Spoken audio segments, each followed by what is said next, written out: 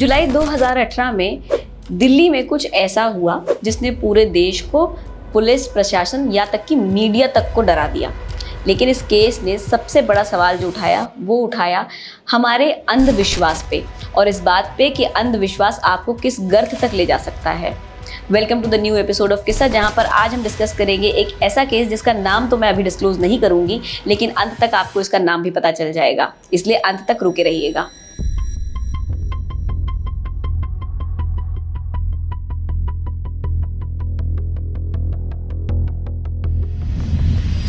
नई दिल्ली का एक मोहल्ला था, शांत सुबह थी, जहां पर एक परिवार जो अक्सर इस समय तक उठ चुका होता था, नीचे आ चुका होता था, लेकिन आज कुछ नया देखा गया।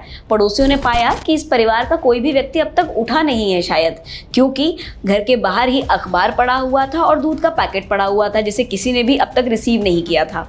तो पड़ोसियों ने सोचा कि शायद कुछ गड़बड़ है, क्यों ना जाएं और जाकर के पैकेट और अखबार हम ही दे करके आ जाएं। जब वो ऊपर गए तो पड़ोसियों ने कुछ ऐसा देखा जो वो शायद आज तक भी भूले नहीं होंगे। सीलिंग से लटकी हुई थी 10 लाशें और 11वीं लाश बेड के किनारे जमीन पर पड़ी हुई थी।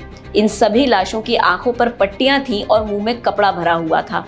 हाथों हाथ पुलिस को फोन करके बुलाया गया और जब पुलिस आई तो पुलिस ने देखा कि किसी भी तरीके से जोर जबरदस्ती के कोई नामो निशान नहीं है इस घर में, ना ही घर से कोई सामान गायब हुआ है। पर एक चीज बरामद हुई, बल्कि एक नहीं 11 चीजें बरामद हुई। 11 लाशें और 11 डायरीज, इन सब ने पुलिस को भी चौंका दिया। जब डायरीज खोली गई तो ये हाथ से लिखी हुई थी।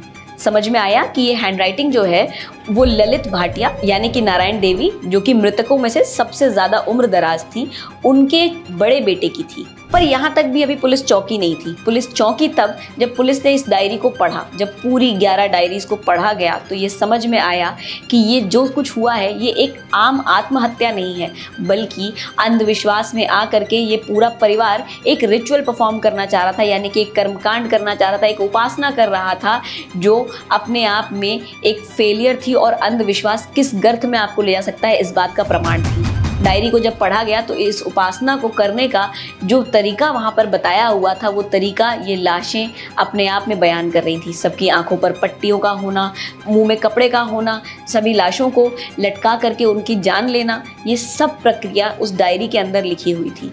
डायरियों से ये प्रतीत हो रहा था कि ललित भाटिया में उनके पिताजी की आत्मा आया करती थी और उनकी आत्मा उन्हें ये बताती थी कि परिवार को क्या करना चाहिए जिससे कि पूरा परिवार अच्छे से रहे और बहुत सारे धन संपत्ति ऐश्वर्य को प्राप्त करे। और इसी के चलते ये रिचुअल भी परफॉर्म किया गया। ललित भाटिया का मानना था कि उनके पिताजी ने ये पूरी विधि बताई है और जब पूरा परिवार इस विधि को एक साथ परफॉर्म कर देगा तो उन सबको मोक्ष मिल जाएगा और बहुत सारा धन ऐश्वर्य मिलेगा।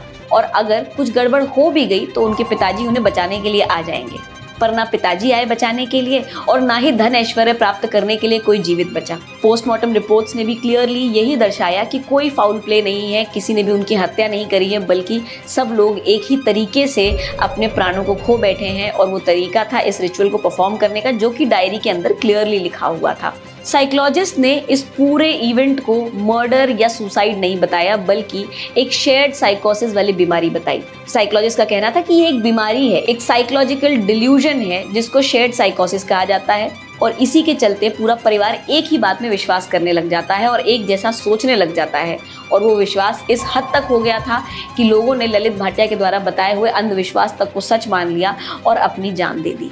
इस परिवार के अंदर जो सबसे वृद्ध थी वो थी नारायण देवी। उनके साथ उनके 2 बेटे, बहुओं के बच्चे तक रहते थे। इनमें से एक बच्चा तो स्कूल ही जाता था, एक बेटी थी जिसकी शादी होने वाली थी। अब तक तो आप समझ ही गए होंगे कि ये पूरी कहानी है बुराड़ी की। नई दिल्ली के बुराड़ी में इस कांड ने पूरे देश को चौंका दिया और हमें सोचने पर मजबूर किया कि क्या अंधविश्वास को हमें इस हद तक ले जाना चाहिए कि वो आपको इस मुकाम पर ला करके छोड़ दे। आपका इस केस के ऊपर क्या कहना है और आप क्या बिलीव करते हैं इस केस की स्टोरी के बारे में, मुझे कमेंट सेक्शन में ज़रूर बताइएगा। Bye everyone, make your day great.